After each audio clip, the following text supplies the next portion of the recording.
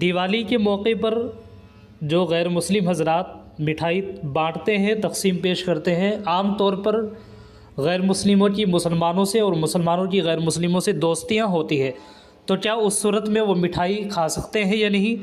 اسی طریقے سے دیوالی کے موقع پر مسلمان غیر مسلموں کو مبارکباد پیش کر سکتے ہیں یا نہیں؟ یہ تمام باتیں آپ حضرات کے سامنے میں دو فتووں کی روشنی میں پیش کر رہا ہوں، جن میں سے ایک مادر علمی دارالعلوم دیوبند اور دوسرا کراچی بنوری ٹاؤن کا فتویٰ ہے۔ دونوں فتوے سن کر کے آپ حضرات کے سامنے مکمل بات اچھے سے سمجھ میں آ جائے گی انشاءاللہ تعالی۔ آپ حضرات سے گزارش ہے ویڈیو کو مکمل آخر تک سماعت فرمائیں، ویڈیو کو لائک اور شیئر بھی کر دیجیے گا۔ سب سے پہلے آپ حضرات بنوری ٹاؤن کراچی کا فتویٰ سوال اور جواب کی روشنی میں سماعت فرمائیں، جس کا عنوان ہے ہندوؤں کو دیوالی کی مبارکباد دینا اور ان کی مٹھائی کھانے کا حکم۔ سوال، کسی نے سوال کیا ہے ہندوؤں کو دیوالی کی مبارکباد دینی چاہیے یا نہیں؟ نیز یہ بھی رہنمائی فرما دیں کہ ان کی طرف سے دیوالی کی خوشی میں بھیجی گئی مٹھائی کھانا جائز ہے یا نہیں؟ یہ تھا سوال۔ اس کا جواب یہ ہے، کسی مسلمان کے لیے ہندوؤں کی ہولی، دیوالی یا ان کے کسی اور مذہبی تہوار کے موقع پر اس کی مبارکباد دینا جائز نہیں ہے، اور اگر ان کی تعظیم و تکریم اور ان کے ان تہواروں کی تحسین مقصود ہو تو کفر کا بھی اندیشہ ہے۔ دیوالی کے موقع پر ہندوؤں کی جانب سے دی گئی مٹھائی وغیرہ اگر انہوں نے اپنے باطل معبودوں کے نام پر نہ چڑھائی ہو اور نہ ہی اس میں کسی حرام و ناپاک چیز کی آمیزش ہو تو اس کا استعمال جائز ہے، البتہ پھر بھی احتیاط بہتر ہے۔ مزید یہ کہ اگر غیر مسلم اپنے تہوار کے موقع پر کوئی چیز پیش کرے تو اسے تہوار کی مبارکباد ہرگز نہ دی جائے۔ فتاوی محمودیہ میں ہے۔ سوال، اگر کسی مسلمان کے رشتہ دار ہندوؤں کے گاؤں میں رہتے ہوں اور ہندوؤں کے تہوار ہولی، دیوالی وغیرہ پکوان، پوری، کچوری وغیرہ پکاتے ہیں، ان کا کھانا ہم لوگوں کو جائز ہے یا نہیں؟ جواب، جو کھانا کچوری وغیرہ ہندو کسی اپنے ملنے والے مسلمان کو دیں اس کا نہ لینا بہتر ہے، لیکن اگر کسی مصلحت سے لے لیا تو شرعاً اس کھانے کو حرام نہ کہا جائے۔ یہ تھا بنوری ٹاؤن کراچی کا فتویٰ جو میں نے آپ حضرات کو سنایا ہے، واللہ تعالی اعلم۔ اب آپ حضرات مادر علمی دارالعلوم دیوبند کا فتویٰ سوال اور جواب کی روشنی میں سماعت فرمائیں۔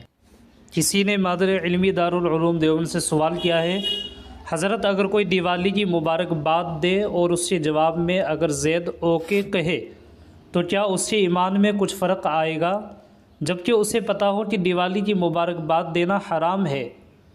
اسی وجہ سے اس نے جواب میں مبارکباد دینے کے بجائے اوکے کہا۔ یہ تھا سوال۔ اس کا جواب یہ ہے، بسم اللہ الرحمن الرحیم، دیوالی وغیرہ کے موقع پر مبارکباد دینا منع ہے۔ تعظیم و احترام کی نیت سے ہو تو حرام ہے۔ اوکے تصویب و تائید کے لیے جس طرح استعمال ہوتا ہے اسی طرح ٹالنے کے لیے بھی استعمال ہو جاتا ہے، بس اس نیت سے گنجائش ہے، پھر بھی ایسی چیزوں سے جس قدر اور جس طرح بچ سکیں بچیں۔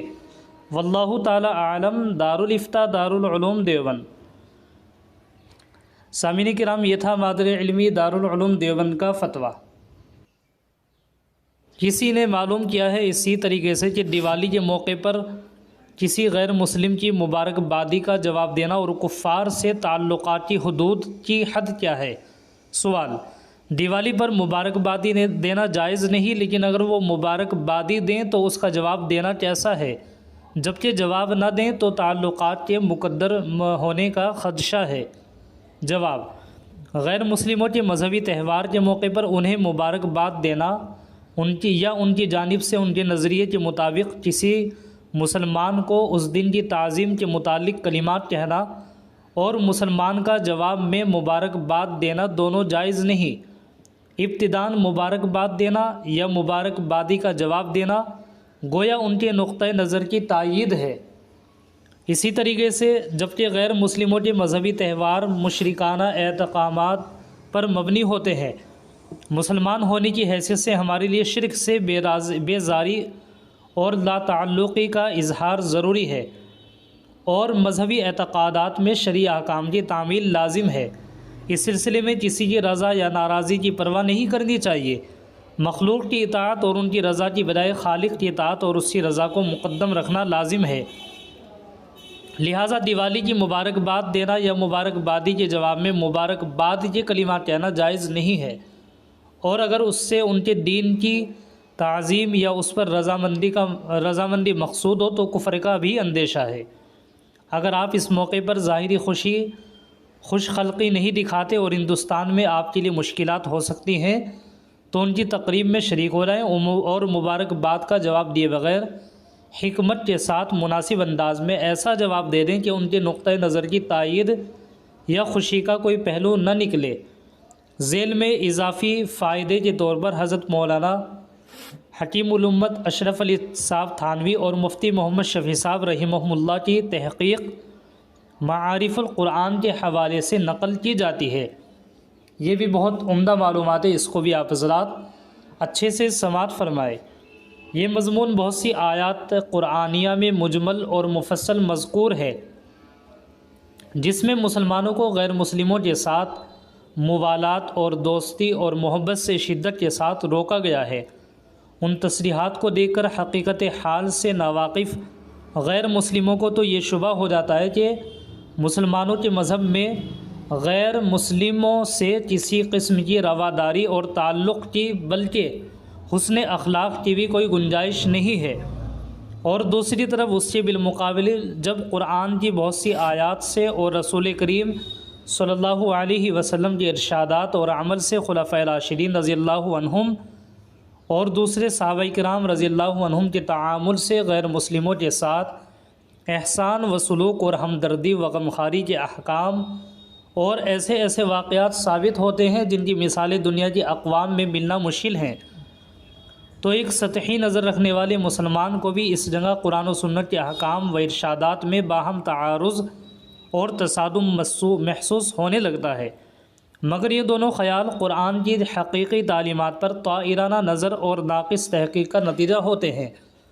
اگر مختلف مقامات سے قرآن کی آیات کو جو اس معاملے سے متعلق ہیں جمع کر کے غور کیا جائے تو نہ غیر مسلموں کے لیے وجہ شکایت باقی رہتی ہے، نہ آیات و روایات میں کسی قسم کا تعارض باقی رہتا ہے۔